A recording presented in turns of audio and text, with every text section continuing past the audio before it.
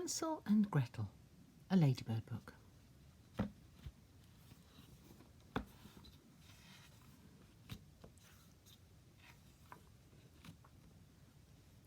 Once upon a time, a boy called Hansel and his sister Gretel lived with their father and stepmother in a cottage near the forest. They were so poor that sometimes they did not have enough to eat. One day the children heard their stepmother say to their father, "Tomorrow must take the children deep into the forest and leave them there, otherwise we shall starve." Gretel was frightened, but Hansel had a plan. That night, when everyone was asleep, he crept outside and filled his pockets with shiny white pebbles.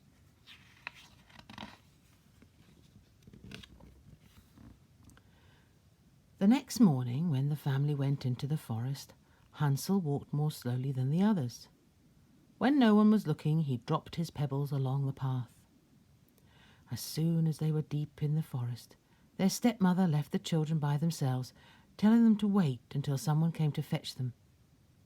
They waited until it grew dark, but no one came.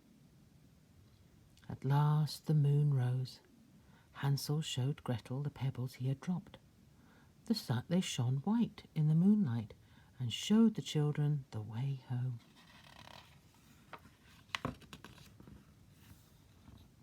When the tired, hungry children arrived back at the cottage, their father was very glad to see them, but their stepmother was angry.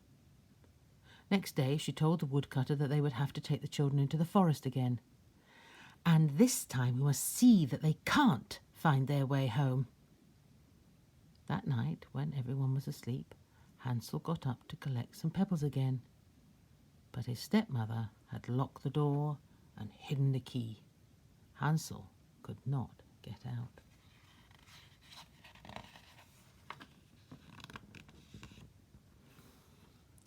In the morning, before they all set off, their stepmother gave the two children a small piece of bread each for their lunch. They hadn't gone very far before Hansel began to walk more slowly than the others. "Why are you so slow?" his mother shouted, looking back at him. "Hurry up!" "I'm only saying goodbye to my friends the birds," said Hansel, but he was really stopping to drop breadcrumbs along the path.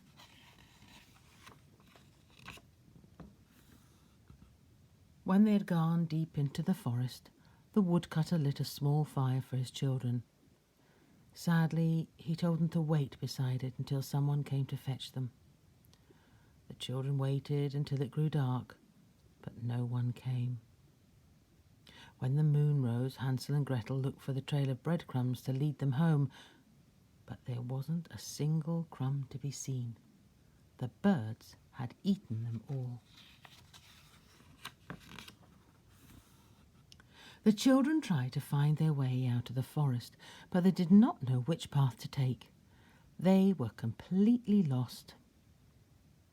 Hansel and Gretel were tired and frightened and very, very hungry.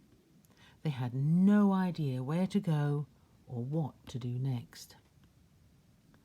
Suddenly, Gretel cried, "Hansel, look!" And just ahead of them was a strange little house, made of cakes and gingerbread, with a roof of sugary icing. Laughing with pleasure, the children broke off bits of the house and began to eat. Suddenly, the door of the little house creaked open, and an old woman looked out. "Hello, children," she said, smiling. "Come inside and I'll give you food and somewhere warm to sleep." The children went into the house and she gave them some delicious pancakes and milk. In the back room there were two little beds. Hansel and Gretel were happy to be safe at last with such a kind woman. Well, they didn't know that she was really a wicked witch who liked to eat children.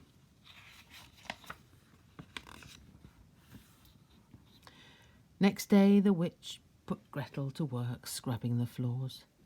Then she took poor Hansel and locked him in a cage. "I'm going to fatten you up and eat you," she cackled. "I'm looking forward to that." Every morning the witch, who had very poor eyesight, told Hansel to hold out his finger so that she could feel how fat he had grown.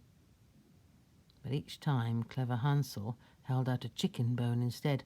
"Oh, not nearly fat enough yet," the witch would mutter.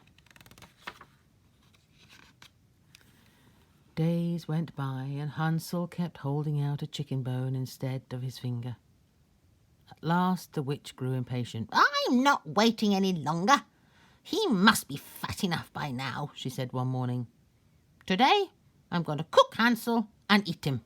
Gretel, light the oven." With tears in her eyes, Gretel did as she was told. "Now, climb in and see if the oven is hot," the witch ordered. But Gretel was sure that the witch was trying to trick her. "I can't climb into the oven," she said. "I'm much too big." "Of course you can," said the witch angrily. "Look, I'll show you." And she bent down and stuck her head in the oven. Gretel didn't waste a second. She gave the witch a hard push and slammed the door. The witch screamed with rage, but she could not get out.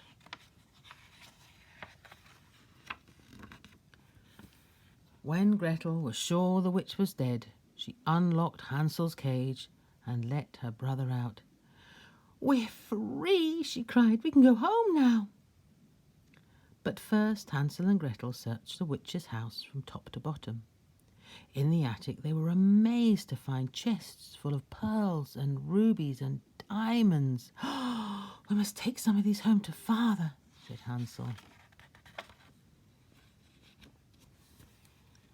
As the children set off, Hansel saw a white dove flying high above. "It's one of my friends showing us the way," he said. Soon the children saw their own cottage through the trees. Their father was overjoyed to see them. "Your stepmother has gone and she is never coming back," he said, hugging the children. When he saw the jewels, the woodcutter couldn't believe his eyes. "We're rich," he cried, "and we shall never be parted again." And they